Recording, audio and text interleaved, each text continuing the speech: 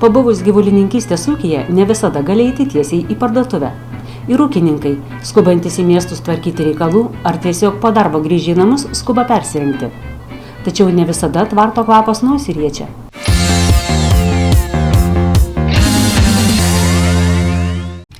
Ūkininkauti Šilutės rajone tai reiškia laikyti gyvulius. Tokios jau čia sąlygos, sako ūkininkas Alfredas Nausėda. Visą laiką gyvenęs mažojoje Lietuvoje, o dabar čia Katyčių seniūnijoje ir ūkininkaujantis. Pieno ūkyje darbo yra visada. Karves pašerti, prižiūrėti, pamelžti, prieauglių pasirūpinti. Tokios gamtinės sąlygos taip jau ir lemia, kad mūsų rajone daugiausiai vyrauja pienininkystės ir gyvulininkystės ūkiai. Yra toks pereinamasis laikotarpis, taip tai yra pienininkystės ūkis, bet yra toksai pereinamasis laikotarpis ir truputėlį anksčiau ką parduodam mažius veršelius, tai dabar jau auginam ir tikimės, kad jeigu sugrįš Rusijos rinka, tikimės pelno, tai tikimės pajamų. Tai truputėlį ir iš mėsos turit galvoj pajamų, taip, ne tik iš pieno? Taip, ne tik iš pieno, bet iš mėsos tikimės. Perėmęs iš tėvų ūkį, Alfredas Nausėda nepuolė visko keisti. Iki šiol karvės laikomos tėvo statytame tvarte. Tačiau banda išgryninta, primilžiai geri. 44 melžiamos karvės per metus duoda daugiau kaip 300 tonų pieno. Karvių banda yra jau, kaip čia sakyti, suformuota.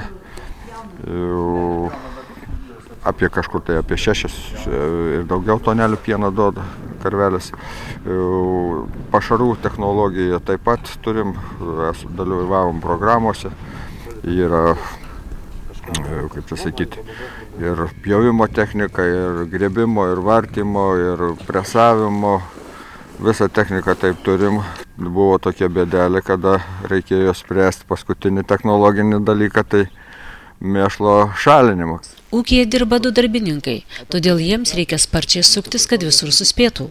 O kai kurie darbai, tokie kaip mėšlo tvarkymas, gyvulininkystės ūkiuose atima daug laiko, jėgų, dažnai ir sąnaudos auga. Tokį pasirinkom būdą, tai yra skysto mėšlo laikymą. Gal čia toksai, kaip čia sakyti, ir tinginio yra darbelis, bet mums buvo didelė problema, kada susikaupdavo srutų paviršiuje kietosios dalelės ir būdavo gaišatis, kada reikėdavo pompuoti, maišyti, tai sugaišdavom labai daug laiko ir reikėdavo rankinio darbo. Tai turbūt ir pinigų dar papildomai reikėdavo išlaidų. Taip ir išlaidų, o čia mums firma taip netyčia per konsultavimo tarnybą rekomendavo panaudoti Penergetic.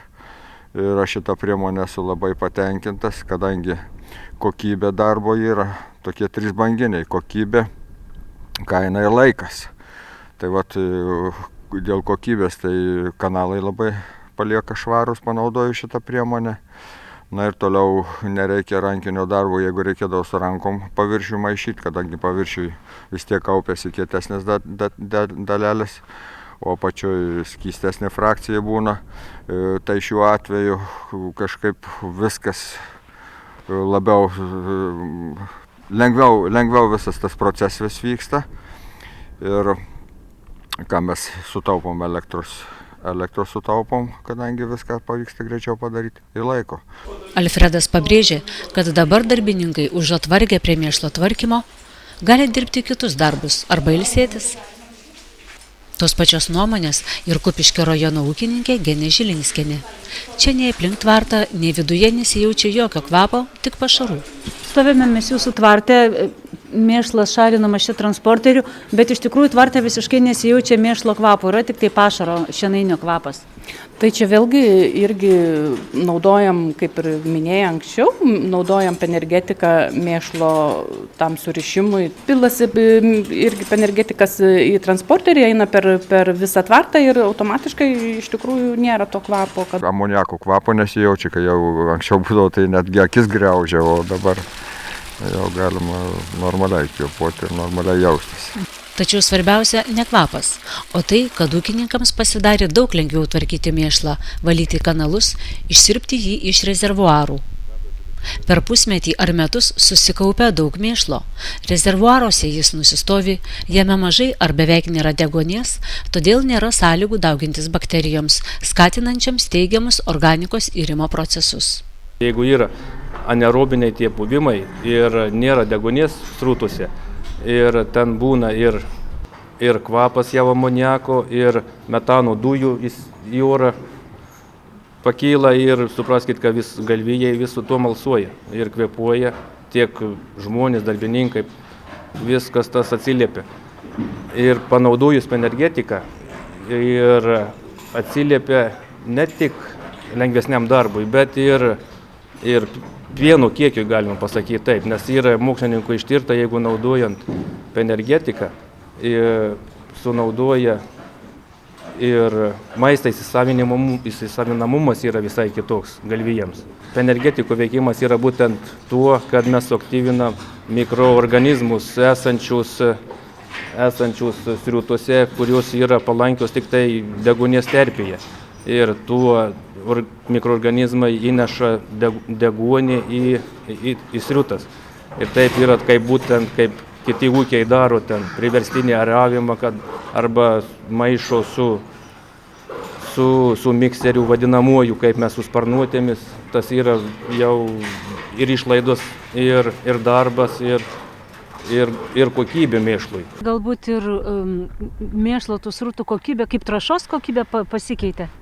Taip, nes kadangi naudojam srutas pievų tręšimui, tai tikrai jaučiasi, nes ankstesniais metais tekdavo be šitos priemonės naudoti srutas, tai buvo visai kita kokybė, o dabar jaučiasi iš karto ir žolė. Aišku, kaip patręšiam su srutom, tai labai laukiam lietaus, kad būtų. Ir paskui po to jau praeina kažkoks tai laikotarpis, jau nebelieka kvapų nieko, tai tada reiškia varom gyvulėlius ganytis. Vargam keletą metų, tik buvo problema, dabar tikrai bus. O kokia būdavo anksčiau problema? Likdavo pluta stora, daug elektros energijos reikėdavo sunaudoti, norint išplakti tą plutą, ir vis tiek kokybės nebūdavo. Ruošiamės, nes dabar matosi geras efektas, po kelių dienų vešim į laukus. Ir per kiek laiko jūs pasiekė tokį efektą, kad ta pluta lyg ištirpusi būtų? Kad labai greit, kažkur nėra 3 savaičių kažkur. Jau bandžiau ir ieškoti, kad galėtumėm kažkokią tai siurblį aplink mėšlidę vežioti ir kad maišytų tą plutą. Bet vėlgi susidūrėm su tą problemą, kad reikia privažiavimą padaryti prie kiekvieno, tai išeina apie 4 privažiavimus iškasti, vėl didžiulės išlaidos ir nepatogumai. Tai va, sakau, šitą problemą tai tikrai išspręsta mėšlo ir aš labai patenkinta. Preparatais neapdorotą mėšlą ne tik sunku išvežti, bet jis praranda ir daug azoto. Tad tikėdamiesi vertingos trąšos, ūkininkai gauna tik daug sunkaus darbo. Žilinskų ūkyje laikoma apie 120 galvijų, iš jų beveik 70 melžiamų karvių. Tokio galvijų skaičiaus mėšlui kaupti pastatytas beveik 1000 kubinių metrų mėšlo rezervuaras. Tokios pat talpos ir Alfredo Nausėdos ūkio rezervuaras. Skystą mėšlą laikant rezervuare, jo paviršiuje susidaro kieta pluta. Norint mėšlą išvežti į laukus, reikia ilgai ir intensyviai maišyti, kad ji būtų suardyta ir mėšlą būtų galima perpilti į srutovežį. Didelė problema susidarydavo labai storą plutą ir jos neidavo išmaišyti, bet panaudojus šią priemonę mums maišymo laikas labai sutrumpėjo ir mes labai greitai išvežam į laukus. Kiek laiko trunka dabar tas srutovežis mėšlavežis? Trunka taip 5 dienas trunka. Suskystėjęs be stambių priemaišų mėšlas lengvai perpumpuojamas į srutovežį. Pasak ūkininko, dabar jau 11 tonų talpos srutovežis užpildomas per 45 sekundės. Energetika tai mes pilam su laistytuvu elementariai laistom. Kada yra išpompuojamos srutos, tada su laistytuvu yra palaistomi kanalo dugnas išliejamas ir paskui per savaitę, kai kaupiasi, jis jau sąveikauja su srutomis. Tai vieną kartą per savaitę tik ir liejate. Taip. Kai kurie ūkininkai penergetiką pila ir į priešduobę, kad greičiau vyktų mėšlo fermentacija, arba jie tvarte įrengta kitokia valymo sistema, pavyzdžiui, skreperiai. Bet čia jau penergetika nebepilat, ne? Ne, nu tai iš karto pareikia. Nu, iš tuos jūs pareikia. Iš rudens pradedat naudoti tą energetiką? Šiaip mes į vasarą dėdam, kad nebūtų tuo kvapo. Ir vasarą dedate. Jo, ir vasarą. O gyvuliai vasarą nesigana? Ganas. Ganosi. Vasarą reiktum tas mėnesį konkrečiai. Veršiukai palieks, ne. Ne, čia parsivarą miršti ką. Ai, parsivarą miršti. Tai vis tiek vanduo viskas yra. Jos vis tiek dar pagal miliūnų. O jūs anksčiau jau senokai čia dirbat, ar ne? Ir turbūt yra tekę dirbti, kai rezervuare tas dar buvo be energetiko mėšlas srutos. Kaip tada buvo, sunkiau? Sunkiau buvo. Sunkiau. Kai dabar pradėjom naudoti lengviau. Prasukau lengviau į patį. Ir pačiam rezervuarį paskui sukti lengviau. Ir nebėra tos tendencijos susikišti vamzdynams. Anksčiau užsikišdavo? Tikrai, kad taip yra, kad būdavo. Tai kanalai tie turit galvo užsikišdavo, ne? Tie kanalai. Latakai. Tie latakai. Vis tiek ten pakliūva ir šiaudų, ir šieno, visko ten pakliūva. Grynesnis oras teigiamai veikia ir gyvulius. Pasak specialistų, geras tvarto mikroklimatas gerina karvių apetitą, jos geriau įsisavina pašarus, o tai skatina didėti primilžius. Mes užsiimam tik pienininkystę, o grūdinių kultūrų nesėjam, perkam kombinuotus pašarus, perkam visokius priedus, glaudžiai bendradarbiaujam su veterinarijos gydytoju savu, duodam karvėm visą, ko jom reikia ir automatiškai karvės atsidėkoja ir tokia primilžiai. O ekonomiškai, kiek naudinga jų? Nu tai dabar tokio paskaičiavimo liktai atsisėdęs ir su kalkuliatorium neskaičiavau, bet aš skaičiuoju taip, 600 litų man kainuoja metams penergetikas. Nu tai ir dabar, kada sutrumpėja, reiškia, maišymo srutų laikas ir išpompavimo laikas, nu tiesiog mes jaučiam, kad tai ženkliai mums padėjo gyvenime. Mėšlui fermentuojantis vyksta anaerobiniai procesai, todėl išsiskiria sieros vandenilis, amoniakas, metano dujos. Susidariusi didelė šių dujų koncentracija kenkia ir gyvulio, ir žmogaus sveikatai. Skandinavijos šalyse, Vokietijoje, Didžiojoje Britanijoje šiems problemams spręsti didelį dėmesį skiria šalių vyriausybės. Lietuvoje išeities ieško patys ūkininkai. Taigi, apdorojant mėšlą penergetikų, žemdirbiai turi keleriopą naudą. Neteršia aplinkos išskiriamomis dujomis, nėra blogo kvapo ir sukaupia turtingą azoto organinę trąšą.